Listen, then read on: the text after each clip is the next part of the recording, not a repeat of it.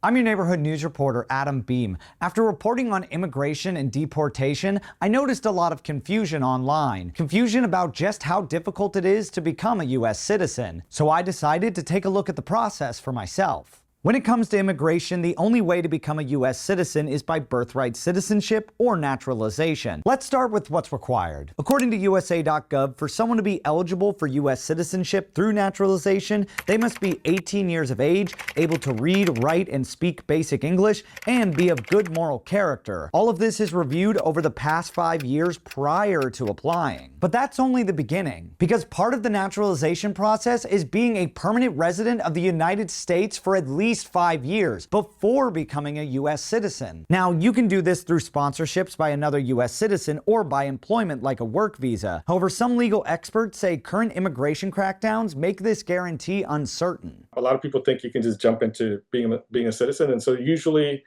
for most people, it's got to be becoming a resident first, and it's very difficult even in the best of circumstances. As we learned from the story of Taft resident Gabriela Rodriguez, who was in the process of applying for her residency and had a work permit, but was still deported due to an old deportation, immigration attorneys advice those offenses are something that can be used against you in future attempts. It's called reinstatement. So basically, somebody was deported, they came back.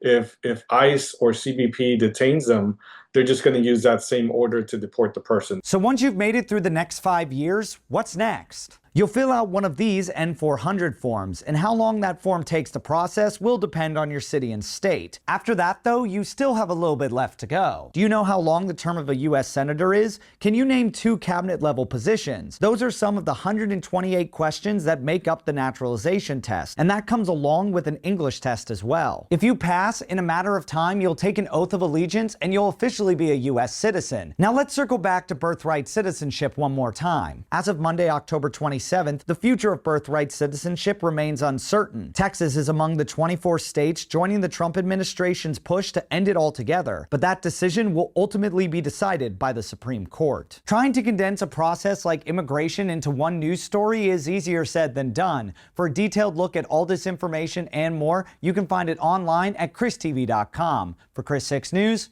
I'm Adam Beam.